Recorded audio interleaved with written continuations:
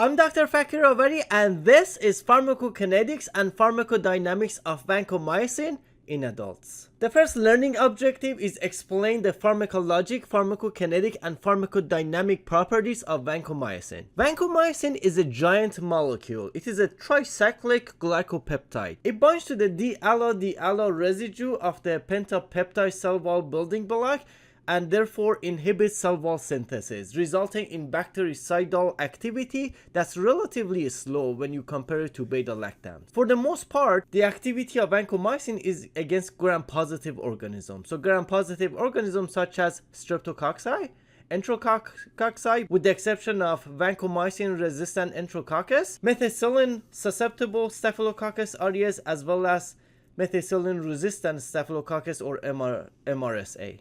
Vancomycin does not have activity against any gram-negative organisms, as well as it does not have activity against anaerobic organisms such as Bacteroides. It also does not have activity against any of the atypical bacteria. As I mentioned, vancomycin binds to the D-allo residue of the peptidoglycan layer, and therefore it inhibits formation of peptidoglycan layer. As you can see in gram-negatives, there is an outer membrane above the peptidoglycan layer, and vancomycin is a huge molecule, and because it's a huge molecule, it cannot go through the outer membrane of the gram-negative organisms, and therefore it cannot touch the peptidoglycan layer in gram-negatives. Therefore, vancomycin does not have activity against any gram-negative organism. It only has activity against gram-positive organisms. Here's what the peptidoglycan looks like. Note that this is a mesh of basically building blocks of the peptidoglycan. Those building blocks are basically G and M. So N-acetylglucosamine and N-acetylmuramic acid. And the way that this peptidoglycan mesh is formed is that these building blocks will actually cross-link with each other, and overall it will create this mesh. And what vancomycin does is that vancomycin will actually bind to these building blocks, and when it binds to these building blocks, it actually inhibits cross-linking. So because there will be no cross-linking, because vancomycin inhibits that, then there will be no peptidoglycan layer formed. Let's take a look at vancomycin pharmacokinetics. Vancomycin oral absorption is negligible. So therefore, if you administer vancomycin orally, it will stay in the GI tract. It will not be systemically absorbed. Sometimes this is a good thing. For example, if you're treating Clostridioides difficile infection in the colon, we actually give oral vancomycin, and it's good that it actually stays in the GI for that infection specifically, because the site of infection is in the GI. For all other infections, oral vancomycin has no role. So vancomycin, for all other indications, it needs to be administered intravenously. For the most part, vancomycin pharmacokinetics shows a lot of variability in different patient population, including protein binding and volume of distribution. It is renally excreted for the most part, so renal function is very important when it comes to vancomycin therapeutic drug monitoring, just like aminoglycosides.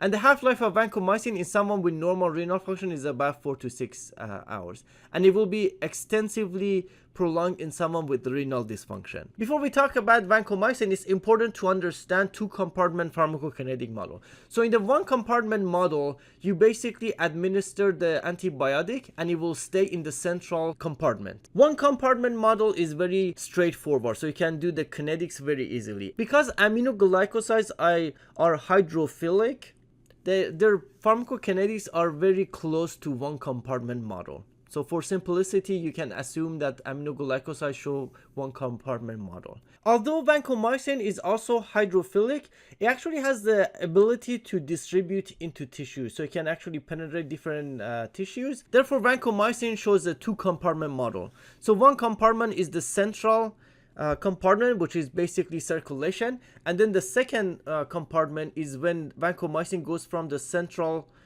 compartment to the periphery tissue. So the periphery tissue is that second compartment. This is significant because as we administer vancomycin intravenously, it goes into the central compartment, which is circulation, and normally it will be eliminated through the kidneys. But however, because it's also penetrating into the peripheral tissue, there is also the distribution phase. So when you give vancomycin initially, the peak will be very high, and then during the distribution phase, the levels drop very quickly, and then it kind of slows down during the elimination phase. This becomes extremely important when we decide when to get our levels. So we want to avoid getting level into the distribution phase, which typically takes about 2 hours. CLSI is the Clinical Laboratory Standardization Institute, which is the organization that sets standards for laboratories, including microbiology laboratory. So in this table, we're looking at the susceptibility breakpoints. Breakpoints basically are the points that we use to interpret MICs. So when we get a vancomycin MIC for a specific organism, MIC is just a number. We should be able to interpret, for example, if we say the MIC is 1, we need to be able to interpret it as, what does that 1 mean? Does that mean it's susceptible, intermediate, or resistant? And these breakpoints depend on the organism. So for Staphylococcus aureus, which is the number 1 reason for using vancomycin, the susceptibility breakpoint is set at 2. So an MIC of 2 or less is considered susceptible. So for example, if we send a sample to the micro lab and they determine that the MIC is 0.5 for Staphylococcus aureus, then we would say that because it's less than or equal to 2, it's considered susceptible.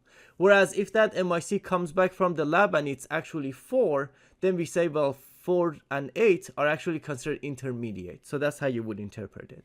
For coagulase negative Staphylococcus, the breakpoints are actually higher, so an MIC of 4 or less is considered susceptible. The same is true for Enterococcus species, so MIC of 4 or less is considered susceptible. For Streptococcus, the breakpoint is actually 1 or less. And these are the latest 2019 CLSI breakpoints, and these numbers get updated annually.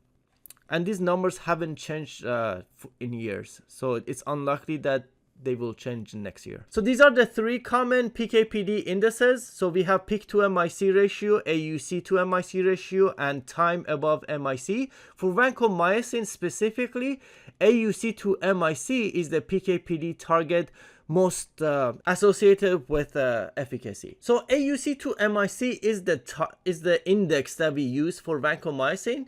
However, you want to achieve a specific number. So for Staphylococcus aureus specifically, we want a AUC to MIC ratio of 400 to 600. So you want it to be at least 400.